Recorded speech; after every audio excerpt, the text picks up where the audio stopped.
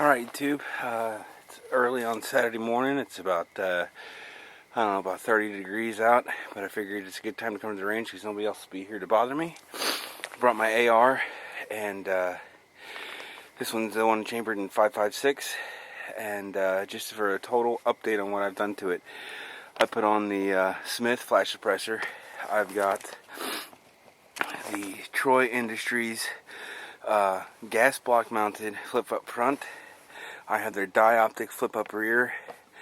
Put a ergo grip on the front. I got the Magpul trigger guard. I've got a Yankee Hill Machine free float quad rail upper. I bought a generic grip pod 4 in there. It is a knockoff. It's not the name brand one because I wasn't sure if I wanted to keep it, so I didn't spend a lot of money on it. That right there is a bracket for the 3-buck. It's 3-BUCC. It's a 3-buck brass catcher. They make them for AKs, ARs. You can get them for rail mounts or carry handle mounts. They're very versatile, and that's the reason why I had to get the shorter EOTech. It's because with all the stuff on that rail, the brass catcher wasn't allowed to come back far enough to be functional. So I've gone ahead and put that on there, and then I also have the Magpul MOE stock with the extended butt pad, and I got a BCM Gunfighter large charging handle, and I have a bad lever. And the last thing that I did was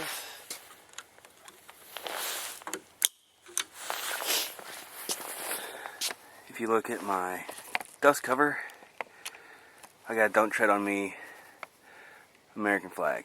So anyway, we're going to try and zero this EOTech in today and see what we can do. Okay guys, I put the brass catcher on and I went ahead and fired 3 rounds at 25 yards just to see if I was going to get on paper to eliminate a lot of guessing.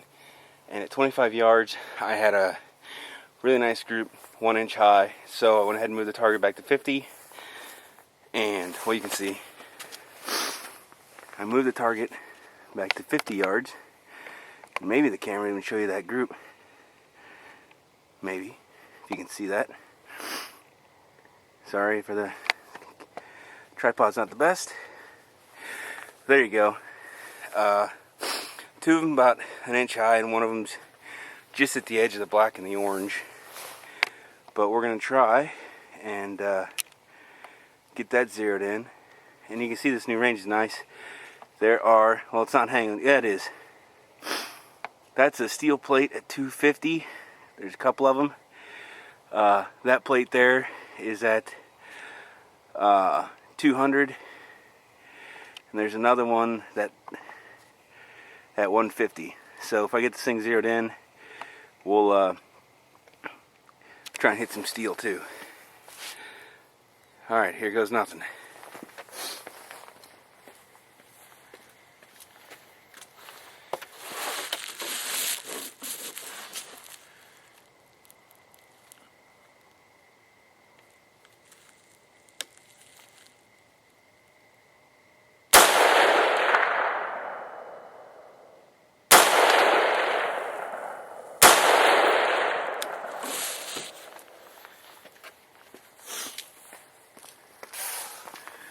Alright, let's see if the camera will show us how we did, or if I gotta go all the way down range. Looks like I gotta go down range. Okay, YouTube. I fired 9 rounds. First 3 are in that. The next 3, if you can see it, are above that outer ring on the cardboard. I was that much higher at 50. I adjusted, I fired another 3-round burst, and I'm back on paper. So, after 9 rounds, I'm not doing too bad. We'll just, we'll keep going.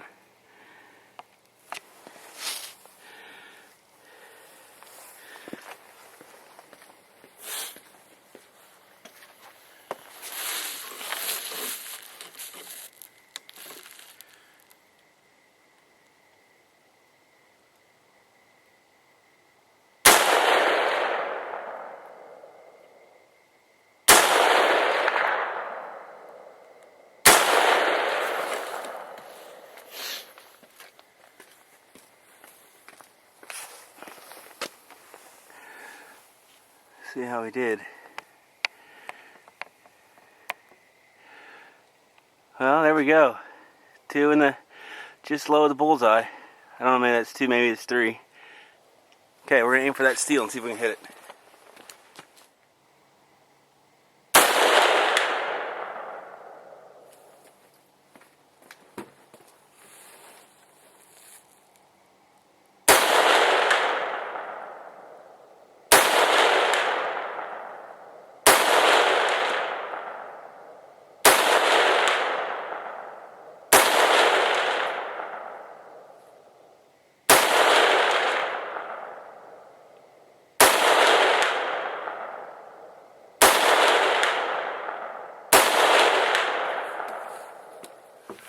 Okay guys, I'm going to try the 200 yard steel, see how we do.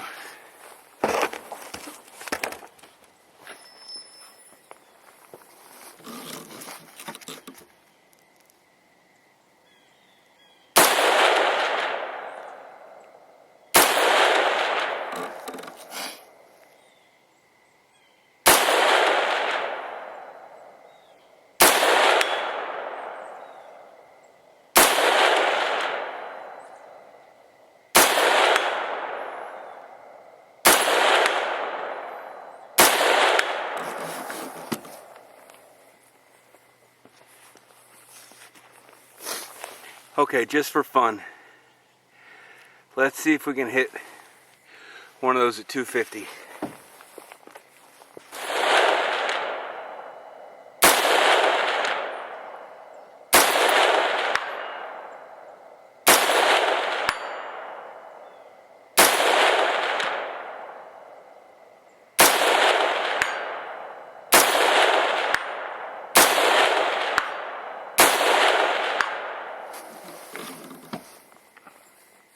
Okay YouTube, I got a 30 round mag loaded up. That's 50 yards.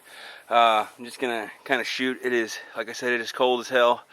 I kind of feel like I'm in a Bomey's bunker for how cold it is. And we'll go through these 30 rounds and then I'm gonna go home and warm up. But I'm happy. I'm on paper. That's a 5-inch target at 50 yards. Is it perfect? No. I'm freezing. I don't feel like spending time to really dial it in right now. I'm just happy it's on paper and I know that I can hit target if I really had to.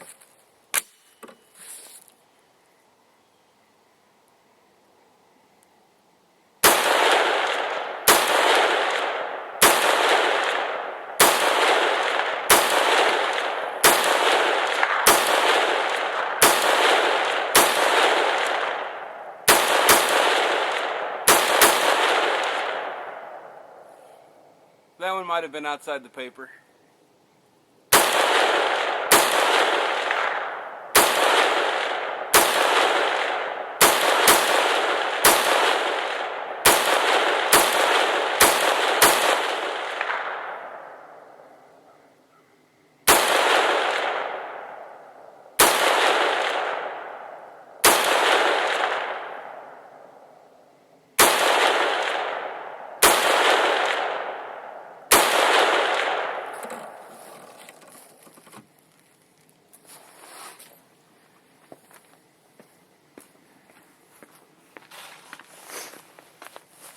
Alright guys, time to go home.